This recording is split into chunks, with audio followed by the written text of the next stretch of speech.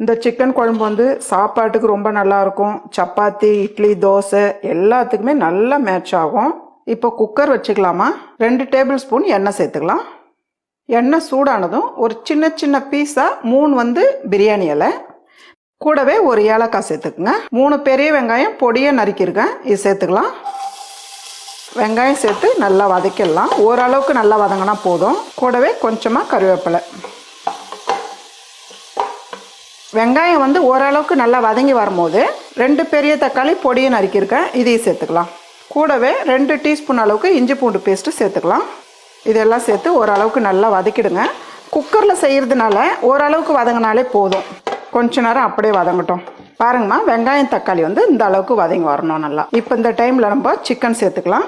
நான் வந்து சிக்கன் குழம்பு செய்கிறதுக்கு 1 கிலோ சிக்கன் எடுத்துருக்கேன். சிக்கன் வாங்கி நல்லா கழுவி எடுத்துக்குங்க. கொஞ்சம் பெரிய சைஸ் வேணுனாலும் எடுத்துக்கங்க, இல்லை சின்ன சைஸ் வேணுனாலும் எடுத்துங்க, உங்களோட விருப்பம் தான். நான் வந்து கொஞ்சம் பெரிய சைஸ் போட்டிருக்கேன். இது சேர்த்துக்கலாம். சிக்கன் சேர்த்துட்டு நல்லா ஒரு 3 நிமிஷத்துக்கு வெங்காயம் தக்காளி கூடவே நல்லா வதக்குங்க. நம்ம வெங்காயம் தக்காளி கூட வதக்கும் போது சிக்கன் வந்து நல்லா சாஃப்டாகும். அதே போல் வெங்காய தக்காளியோட சாறுலாம் நல்லா உள்ளே இறங்கும். இப்போ சிக்கன் வதங்குற டைமில் சிக்கன் குழம்புக்கு நம்ம மசாலா ரெடி பண்ணிக்கலாம். நான் வந்து 50 கிராம் சின்ன வெங்காயம் எடுத்து தோல் எடுத்து வச்சுருக்கேன், இதை சேர்த்துக்கலாம். ஒரு 3 பீஸ் தேங்காய் எடுத்து குட்டி குட்டியாக கட் பண்ணி வச்சுருக்கேன், இதையும் சேர்த்துக்கலாம். கூடவே ஒரு பச்சை மிளகா நறுக்குனது, குட்டியாக 2 துண்டு பட்டை, 4 கிராம்பு, ஒரு அன்னாச்சி பூ, 1/2 ஸ்பூன் அளவுக்கு ஜீரகம் சேர்த்துக்கலாம். 2 டீஸ்பூன் அளவுக்கு மிளகு சேர்த்துக்கலாம். நான் வந்து இந்த சிக்கன் குழம்புக்கு பெப்பர் தான் அதிகமாக சேர்க்க போகிறேன், அதனால் வந்து 2 டீஸ்பூன் மிளகு. இதெல்லாம் சேர்த்து ஒரு அரை அரைச்சி எடுத்துடலாம். ஃபஸ்ட்டு நான் வந்து ஒரு அரை அரைச்சதுக்கப்புறம் இந்த மாதிரி முதல் தண்ணி சேர்க்காமல் அரைச்சிடுங்க.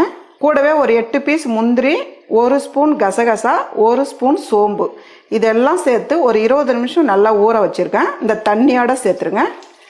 கூடவே இன்னும் கொஞ்சம் தண்ணி சேர்த்து நல்லா நைஸாக பேஸ்ட்டாக ஆக்கிடுங்க. பாருங்கம்மா, சிக்கன் சேர்த்து நல்லா 3 நிமிஷம் நல்லா வதக்கியிருக்கோம்.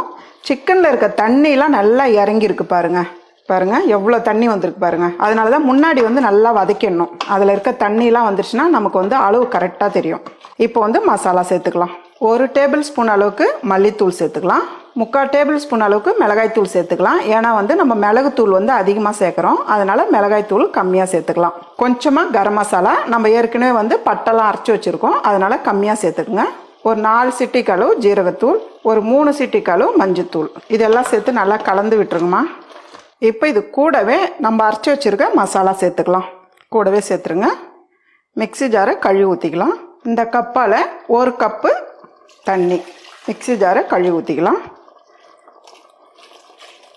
கூடவே தேவையான அளவு உப்பு சேர்த்துக்கலாம். இதெல்லாம் சேர்த்து நல்லா கலந்து விட்டுருங்க.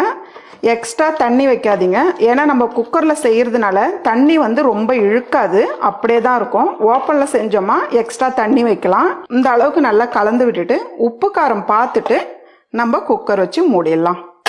மூடிட்டு 4 விசில் விட்டாலே போதுமா. மீடியமான தீயில் வச்சு 4 விசில் விடுங்க. 4 விசில் விட்டுருக்கேன், பார்க்கலாம். பாருங்கள் குழம்பு எவ்வளோ சூப்பராக இருக்குது பாருங்கள். பொடியை நறுக்குன்னு கொத்தமல்லி சேர்த்துடலாம். அவ்வளோதாம்மா, ரொம்ப ரொம்ப டேஸ்டான சிக்கன் குழம்பு ரெடி.